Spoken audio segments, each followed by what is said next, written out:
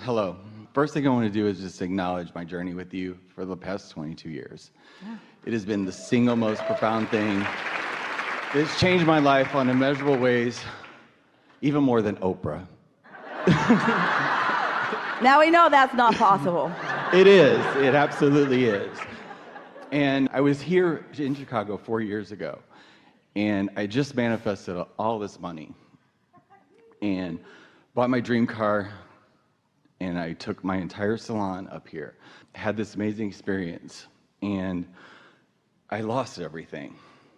I went through this, yes, it was the best thing that ever happened to me. It was hell going through it, but You didn't lose your vibration, I did not lose my which vibration. is everything. In other words, all that other stuff, But I lost the stuff. oh good, something else to create. Exactly. Because a lot of times the stuff that you've got hinders the stuff that's coming. It did. I was so scared of losing it. Yeah. Yeah. Your vortex has really improved since you gathered all that crap. It did. It did. It did. And about 2 months ago, like I can't live on the planet anymore unless I meditate. Like I just can't. It freaks me out. I can't. I have to meditate in order Well, to say be. that in a different way. Okay. I do better when I come into alignment first, because when I Yes. proceed into my day in the receptive mode, I have a much better day. Yes, that's how it goes. And I love it now, and I'm embracing it now. Not something that I do, it's just something that I enjoy. Getting into alignment before, because now I'm a real estate agent, which I never thought would ever happen in a million years, but I absolutely love it because it's like unlimited. It matches who I am now. Yeah. 2 months ago, I was in meditation, and you came to me, and you said, come see me today. And you gave me the day, and you told me where I was at, and I go online, and sure enough, you're here. And I'm here, and we're supposed to have this amazing conversation. We want to have a conversation because we can't use you as an advertisement when you say, hey, Abraham, I've been with you for 22 years, and I've lost everything. But the good news is... So ordinarily, we wouldn't sell you a ticket. This is true.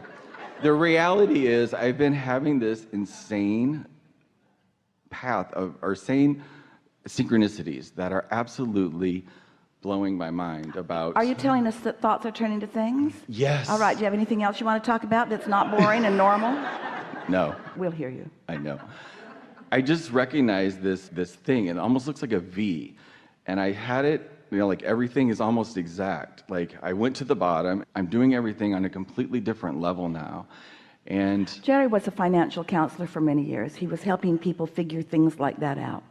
And one of the first things he asked us when years later he began visiting with us is, hey, Abraham, why is it that people so often need to go all the way to the bottom before they start bouncing up? He said they always do.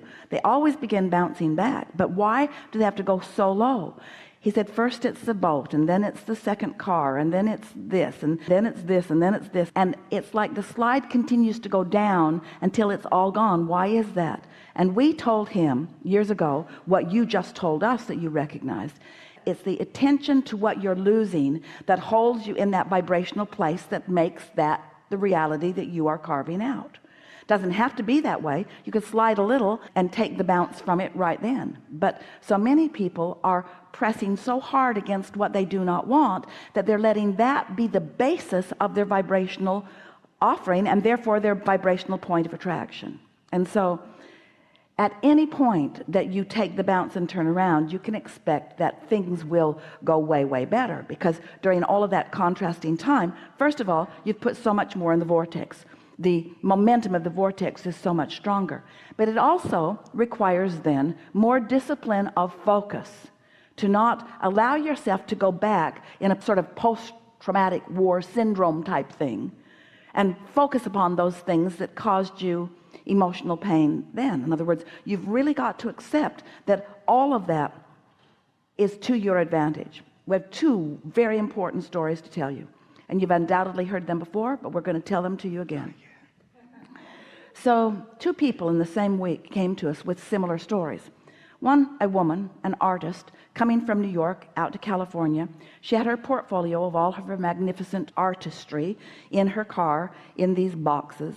She was going to Hollywood. She was going to present herself as a set designer, and someone broke into her car and took it all. And she said, so here I am with nothing to show.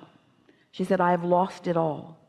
And we said, you have not lost your talent. You've not lost your point of attraction. You've not lost your vibrational prowess. You've not forgotten who you are as an artist. And anyway, that portfolio no longer represented what you have to offer now. It was a distortion of who you are. If you show what you painted 5 years ago, 10 years ago, 15 years ago, really, she had some of that in her portfolio, or even 1 year ago, or even last week, it does not represent who you are now. We said, go present yourself as you are now. The other was a man who, like you, had built quite an empire. He had lost it. He was in his 60s. He said, Abraham, how can I ever begin to start over now? It's taking me all these years to get to that point, and now it's gone. And we said to him, you have not lost your point of attraction. You don't understand what that vibrational version of you is.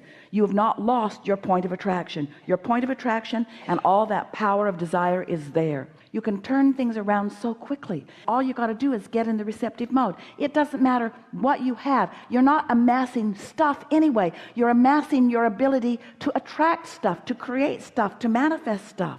Manifestation is an easy thing once you get into that vibrational place where you're allowing it to manifest. Don't drag your manifestations from before around with you and use those assets as your reason to express your prowess to the world. That's not your prowess to the world. You present yourself to the world vibrationally. You present yourself to the world attitudinally.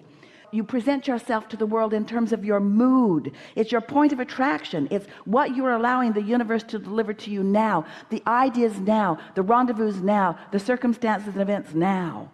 You hear people talk about, oh, they got their big break. Well, we say they finally got into the receptive mode. And so often when people get their big break, they don't stay in the attitude of allowing another and another and another and another and another, because they think that big breaks are scarce. They're not. It's receptive modes that are scarce. It's you being in this receptive mode. That's what's scarce. That's why when somebody finally figures it out and they become masters, you want to say, oh, well, they're a master because they struggled and they did all this and they dragged their body through all of this and they've lived all of these years and they did all of those things. And we say, maybe they did do all of that and maybe it took some of that for them to get into the receptive mode. But it's the receptive mode that you're witnessing, not they're dragging their assets around. Assets. Their assets around. It's not they're dragging their assets around. That's not what it is. And so it doesn't matter. We love it when you've had an experience where you've taken a big bounce. We love it when contrast has put strong desires in your vortex. Just don't spend any time, spend no time justifying anything by looking back. Don't ask for understanding of others. They don't understand anyway. Don't ask for pity from them. Don't ask for help from them. Don't talk about it. Just feel happy about where you are in terms of this very powerful vortex that you've accumulated, and get in the receptive mode and enjoy the feelings and thoughts first and feelings and other things that are coming as these magnificent vibrations are turning into experiences. And you already said much of that to us. We just cleaned it up big time, because you're doing this and this and this and this and this and this, and maybe even the positive slightly bit more than the negative, but you don't need to do the negative at all. I don't even want to talk about it. We don't need the anymore. backstory. What you want to say is, oh, I'm in a powerful place of attraction. Now what you want to say is, oh, and it was hard to get there. Don't say that, because it wasn't hard to get there, and it was the most natural thing in the world to me. And standing where I stand, I can see so clearly why I'm standing where I am. I feel more vital and alive than I've ever felt in my life. I can feel that things are really working out well for me. I can feel that the universe has my back and that source energy is with me. I can feel that things are all lined up. I know what my work is. My work is receptive mode. And oh, I've always been really good at that. I've always been really good at being able to focus. And off you go. Enough? Thank you. Yeah. Really good.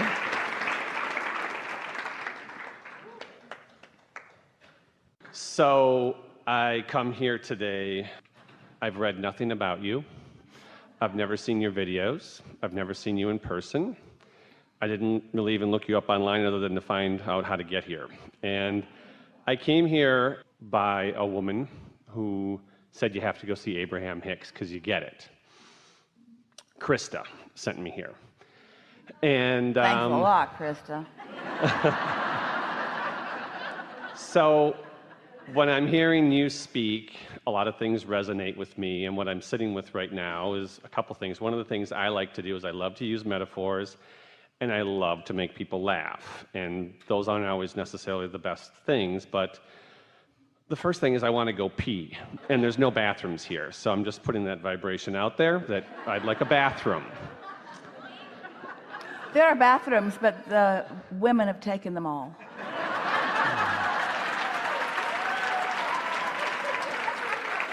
Because women are more powerful, Yes. more peeful. So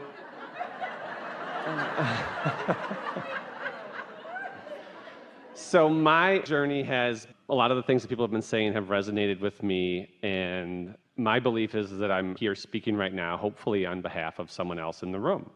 Speaking on behalf of most of the world who is doing all right, who feels resonance with what the source within them knows, who stumbles upon it occasionally, recognizes it when they do, does not focus seriously in order to stay there usually, but has managed to hold themselves in a close enough vibrational frequency to their own desire that they're beginning to translate some vibration into things by rendezvousing with someone who says to them, there is something of value for you here that might take you into a little more deliberate creation of a purposeful life. People don't need to be here. They don't need to hear these words in order to do what they came to do when they decided to be in this physical body. Contrast is going to be here whether you hear us say it or not, and contrast is going to serve you whether you hear us say it or not. And you're going to launch vibrational rockets of desire whether you hear us say it or not. And you're going to have a vibrational reality whether you hear us say it or not. And the source within you is guiding you every step of the way whether you hear us say it or not. You don't need to hear us. But the benefit that you get from us and from Krista and from others, the benefit is if we can convince you that it matters that you feel good, if we can convince you that feeling good is good for you because feeling good is necessary in order for you to be in the receptive mode, and when you are in the receptive mode, then you have the whole of you focused in this moment in time. And oh, it's so much more delicious to have the whole of you focused in any moment in time than some fractured, pinched off piece of you. In other words, it's so much better to be fully focused, fully having a conversation with someone, fully in love with life, fully appreciating the beauty of whoever it is that you're focused upon. It's so good to be tuned in, tapped in, turned on. It's not necessary to be here to be that. But sometimes it's helpful to be here to understand what you've been stumbling on and to sustain it, you see. There is truth around every corner because your inner being is wanting to guide you toward what's of greatest benefit for you. But there's no one path, and there's no one inner being that's going to guide you all to the same path. In other words, you are really diverse, you are really different, you are all brilliant, and you are all loved, and things are always working out for all of you, no matter what. We're glad you came. We're glad that we have this conversation, but you didn't need to be here in order to live happily ever after.